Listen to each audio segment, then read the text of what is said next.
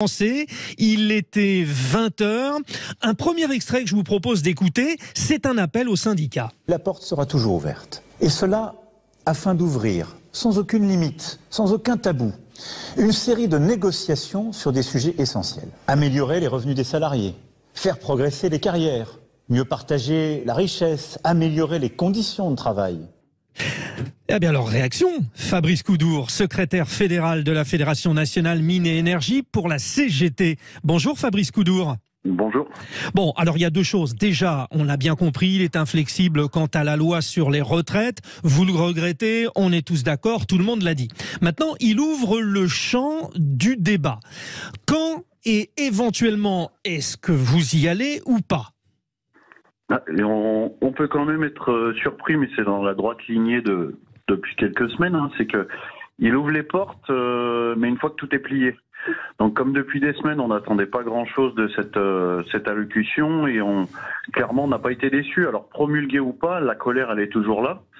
Et après un passage en force sur tous les tableaux, on peut pas tourner la page parce que cette colère de la rue, cette démocratie sociale, elle est pas entendue. Alors, j'ai juste envie de dire que pour faire un peu une image, maintenant que l'index, en tout cas senior, est retiré, Macron, il nous brandit le majeur et il pense qu'il va reprendre la main. Donc c'est un petit peu dingue comme posture et je crois pas qu'on sera ouvert à discuter sans ce préalable de retirer cette réforme ou de faire que la loi ne soit jamais appliquée. Bon, c'est choquant, Fabrice Coudour de la CGT, on l'a bien compris, mais en même temps, il y a une dynamique du monde syndical, une dynamique que vous aviez perdue, il faut le reconnaître. Est-ce que c'est l'occasion pour vous de rentrer aussi dans ce débat? Parce qu'on a besoin aujourd'hui, c'est vrai, d'une vraie réflexion sur le travail. On gagne pas grand-chose quand on travaille. Ça, c'est injuste. Ce qui est clair, c'est que nous, ce qui nous fixe notre mandat, c'est les travailleuses et les travailleurs, c'est nos adhérents. Alors, quelles que soient les postures à décider, on les décidera avec eux dans nos assemblées générales. Aujourd'hui, ce qui remonte majoritairement, en tout cas dans l'énergie, c'est que la lutte, elle est exemplaire et difficile depuis plus de 3 mois, mais grâce à la solidarité, en partie, la solidarité financière, mais pas que, la lutte, elle est loin d'être finie pour nous. Donc, on va peut-être rentrer dans une période d'espèce de guérilla, car les électriciens, les gaziers, les salariés de l'atome, mais j'ai envie de dire aussi tous les travailleurs sont partout, ils maîtrisent l'outil de travail. Donc pour nous, la bataille, elle n'est pas terminée. Contrairement vous vous sentez, terminée, quoi. Voilà, c'est ça. Vous vous sentez très fort sur la possibilité de faire pression, ça c'est une chose. Mais on va dire aussi que vous êtes au cœur de cette question du travail. Il y a des profits immenses qui sont faits par les groupes qui s'occupent de ce domaine de l'énergie. Et ça ne change rien sur les salaires et ça ne change rien sur le pouvoir d'achat. Vous êtes finalement, vous, Fabrice Coudour, au cœur du combat. Vous avez conscience de cette responsabilité. On est complètement au cœur. On a bien conscience qu'on fait partie des secteurs qui sont un petit peu en tête de pont de cette bataille. La question de la répartition des richesses, de l'emploi, de la souveraineté énergétique, de tous les enjeux qu'on a à mener, c'est des vrais sujets et bien sûr qu'on sera ouvert le moment venu à échanger dessus, à mener de vraies concertations, mais pas simplement des concertations d'apparence, de l'information descendante où il faut être d'accord avec le président, mais au préalable, qu'on le veuille ou qu'on le veuille pas, les travailleurs de notre secteur, mais aussi plus largement les autres travailleurs sont contre cette réforme. C'est pour ça que nous on appelle à ces dates, la CGT du 20 et 28 avril de mobilisation, à un grand 1er mai. Et surtout, au milieu de tout ça, on soutiendra toutes les formes d'action qui permettront de faire plier Macron pour que cette loi ne soit jamais appliquée. Bon, c'est le principe de ce rendez-vous. Vous appelez, vous, les auditeurs de Sud Radio, au 0826 300 300 pour réagir. Fabrice Coudour est notre interlocuteur. Vous l'avez compris, avec sa Fédération nationale des mines et énergie, CGT, il est au cœur du combat. Je voudrais vous faire écouter aussi un autre extrait du président Macron hier. Cette colère, c'est aussi une colère parce que certains ont le sentiment de faire leur part, mais sans être récompensés de leurs efforts, ni en aide, ni en service public efficace. C'est toute cette colère que de très nombreux Français ont exprimée en manifestant, et pour l'immense majorité, dans le calme et le respect de nos institutions. Bon, Fabrice Coudour, CGT, vous prenez la balle au bon parce que c'est clair, il y a urgence finalement. Est-ce que vos administrés sont plus demandeurs de faire retirer cette retraite que de faire améliorer leur niveau de vie? Parce que c'est ça qu'il y a derrière. La principale préoccupation aujourd'hui, c'est le pouvoir d'achat. Ces deux sujets d'importance, maintenant, dès le début de cette bataille, nos adhérents, les grévistes de l'énergie, ont bien acté les choses en disant qu'ils se battraient pour l'intérêt général, pour le retrait de cette réforme. Effectivement, il y a des vrais besoins sur la question du pouvoir d'achat, mais pas que. Sur l'emploi dans le secteur de l'énergie, avec tout ce qu'on a traversé et le besoin de souveraineté énergétique et d'indépendance énergétique, il y a des vrais besoins. Mais reste quand même cette question de travailler 2 ans de plus, de la suppression des régimes spéciaux qui représentent le service public de l'énergie pour ce qui est du régime spécial des industries électriques et gazières. C'est des questions qu'on peut pas opposer, c'est des questions qui sont complémentaires, elles ont toute leur importance. Donc, voilà. Mais j'ai bien entendu, Fabrice Coudour, que vous avez précisé finalement un peu comme la CFDT, avec qui vous faites partie de l'intersyndicale, que bon, il y a ce fameux délai de décence, ça ce sont les propos de la CFDT, et vous dites je vais attendre le moment pour rentrer dans la négociation. Vous restez avec nous, Fabrice Coudour, des réactions, je le disais, au 0826 300 300. Jean-François nous appelle de Valence, dans la Drôme. Bonjour Jean-François, vous récupérez peut-être les arguments de Fabrice Coudour ou vous relativisez en fonction de la prestation du président de la République? Nous vous écoutons. Bonjour Jean-François. Oui, bonjour, merci de me donner la parole. Alors effectivement, je reprends ces arguments-là, mais au-delà du combat syndical, ce qui me semble vraiment important, ce qui me semble aussi important dans l'allocution du président hier, c'est l'aspect institutionnel en fait. C'est que le président en creux nous a fait la démonstration que la Ve République était morte, que la fonction présidentielle, il n'était pas capable de l'incarner, et que de cette façon-là, il remettait sur la table le sujet posé par les Gilets jaunes et par d'autres partis politiques de la refonte des institutions. Alors, je pense que finalement, allez-y Jean-François, oui. Non, juste un truc, c'est que je pense que ressouder la nation et faire une assemblée constituante et faire des réunions partout en France pour réfléchir sur la Constitution, c'est au-delà du combat syndical évidemment, mais c'est le moyen politique peut-être de rebondir et faire en sorte que finalement on se reparle, quoi. Bon, alors ça, effectivement, c'est important, c'est le principe de Sud Radio. D'ailleurs, faut qu'on se parle. Vous nous parlez, vous réagissez au 0826 300 300 comme Jean-François. Vous, finalement, vous êtes intéressé sur la deuxième partie de l'élocution de 13 minutes du président. Bon, il parle des 3 grands chantiers, le travail, la justice et le progrès, sous-entendu l'école, la santé, etc., etc.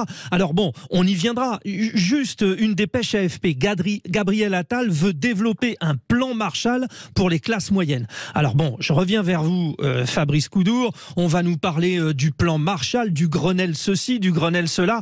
Bon, ça c'est de la politique politicienne. Finalement, le vrai contenu, le vrai débat, il faut le soulever. Et vous en avez la possibilité avec les syndicats. L'unité de la nation, c'est quand même bien de se dire que c'est du rôle du président quand même. Ouais. Après, sur le côté institutionnel, je crois qu'on nous a fait la preuve qu'à chaque fois que le gouvernement a pris la parole et à chaque fois qu'il y a eu des décisions à prendre sur ces quelques derniers mois, c'était deux bidons d'essence qui étaient remis sur la colère. Je crois qu'il faut surtout avoir un courage politique de répondre à l'intérêt du pays, mais à répondre à l'intérêt des individus du pays, c'est-à-dire répondre aux intérêts des jeunes, aux intérêts des travailleurs, et pas simplement être mené par une politique politicienne, comme vous dites, qui se base sur des indicateurs ou sur un marché libéral ou sur des indicateurs financiers. On a besoin aujourd'hui d'espoir, on a besoin de pouvoir d'achat, on a besoin vraiment de choses qui répondent aux besoins de la population et qui répondent pas au marché du CAC 40 ou aux intérêts des banques. Donc, bon, c'est très important ce que vous dites, Fabrice Coudour. J'ai l'impression l'impression que le rôle du syndicat reprend toute sa place dans le débat aujourd'hui et vous en êtes la preuve. Restez toujours avec nous. Autre réaction, 0826 300 300. On file à Beaucaire dans le Gard. Olivier, vous êtes retraité du BTP. Vous avez une question, je crois, pour Fabrice Coudour. Bonjour Olivier. Oui, bonjour. Oui, effectivement, parce que j'ai beaucoup écouté les syndicats. J'ai pas beaucoup entendu de propositions à la place des 64 ans. Alors voilà, moi je propose à ce monsieur, qu'est-ce qu'il pense de supprimer la retraite à 64 ans, de la laisser à 62 ans, voire même 61 ans, en revenant sur les 39 heures, qui augmenterait le pouvoir d'achat en même temps.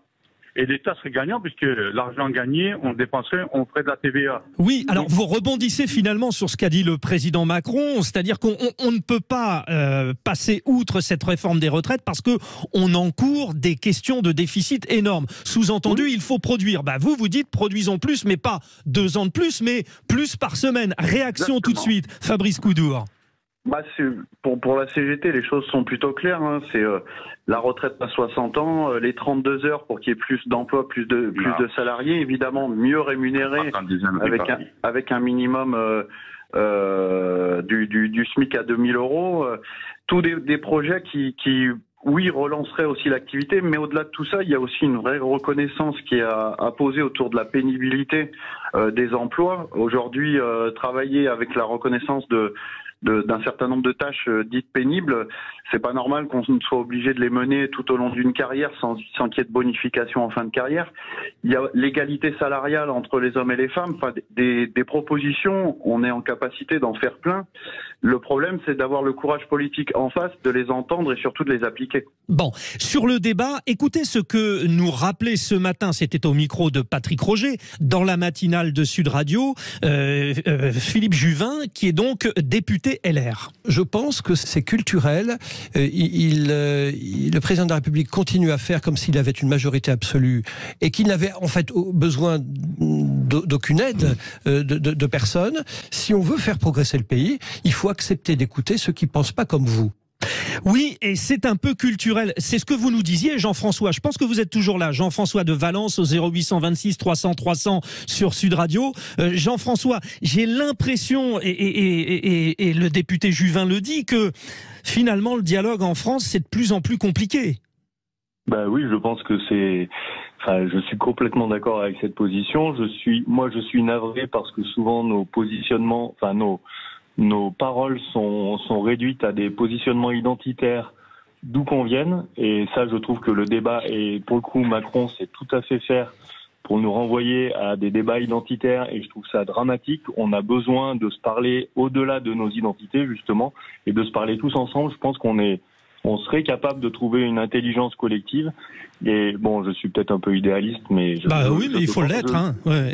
Je le pense, et franchement, moi j'ai l'impression que dans le débat, dans le combat syndical et dans ce qui s'exprime en ce moment en France, le pouvoir nous fait battre entre pauvres, c'est-à-dire des gens qui sont gardiens de la paix, mais qui travaillent un petit peu des fois à mettre de la violence, des gens qui sont pauvres et qui ont besoin d'être rémunérés correctement et d'avoir une perspective de retraite intéressante. Et il nous fait battre entre nous, alors que il a détricoté, le pouvoir a détricoté tout ce qui était le fondement du lien social et des relations. La redistribution malgré tout des richesses, c'est un vrai sujet, donc on peut pas passer à côté.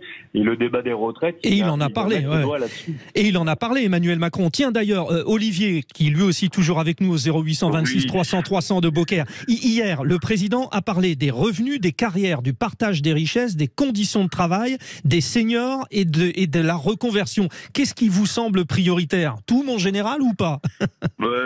Presque tout. Ouais. Mais disons que là, je viens d'entendre une ânerie, mais il faut quand même... Non, alors disons pas une ânerie, disons que vous n'êtes pas d'accord. Allez-y. Je ne suis pas d'accord sur ce que vient de dire le monsieur de la CGT, parce que pour moi, c'est la plus grosse bêtise que j'ai pu entendre depuis des années. Vous savez que le système de retraite s'est effondré avec du passage de 39 heures aux 35 heures. Il n'y a plus assez de cotisation. Si on passe à 32 heures, mais dans 2 ans, on ne paye plus les retraites. Il n'y aura pas de cotisation. C'est invraisemblable de dire des choses pareilles. Il faut revenir aux 39 heures, et là, le système est pérennisé, puisqu'il a été fait en 1936, je crois, et il était viable. Monsieur Mitterrand a baissé de 65 ans à 60 ans. Je crois que c'est Sarkozy qui a passé à 62, parce que le problème existe depuis 1987 quand même, on le sait, et personne n'a rien fait. Et de 39 à 35 heures, ça s'est effondré le système. Bon, alors ça c'est un point de vue très précis, et pour conclure ce débat passionnant... C'est mathématique, monsieur. C'est mathématique, d'accord, mais alors, il y a aussi de l'idéologie derrière, et puis surtout, bon, on vient de le voir, hein, Fabrice Coudour, bon, c'est difficile de discuter, c'est une bêtise pour les uns, c'est une idée pour les autres, bon, on n'y est pas encore, mais on va y arriver. Pour conclure sur ce thème, Fabrice Coudour. Je crois que l'essentiel, c'est d'avoir le débat et de pouvoir confronter les idées, et de pouvoir être écouté de la bonne manière. Aujourd'hui, on est quand même face à une posture un peu monarchique du président. Culturellement, il devient la risée internationale, mais culturellement, les Français sont quand même admirés pour le socle social qu'on peut avoir dans le pays. Nous, on a quand même une écoute du terrain, on essaie de construire et de faire vivre la démocratie avec les travailleurs et nos adhérents. Comme vous l'avez dit tout à l'heure, on est en bonne posture en ce moment parce qu'on a beaucoup d'adhésions qui se font, et ça c'est quand même un indicateur important dans notre secteur, mais pas que, dans toute la CGT et même dans toutes les organisations syndicales. Moi j'ai envie de dire qu'il faut repartir sur de vrais échanges, mais il y a un préalable à tout ça, c'est qu'il faut bien prendre en compte la colère dans le pays. Sur tous les débats, il n'y a pas que des vraies solutions ou que des solutions consensuelles, mais on peut les trouver du moment qu'on s'écoute de part et d'autre. Et s'écouter, voilà, et se parler. Je vous coupe parce qu'il faut y aller, mais on serait resté des heures avec vous. Fabrice Coudour, secrétaire fédéral de la Fédération nationale Mines et Énergie CGT. Merci à nos auditeurs Jean-François et Olivier, respectivement de Valence et de Beaucaire. Ils sont intervenus au 0826 300 300. Vous pouvez intervenir pour le prochain sujet. L'homme passé à tabac pour s'être interposé lors d'un rodéo urbain à Brest.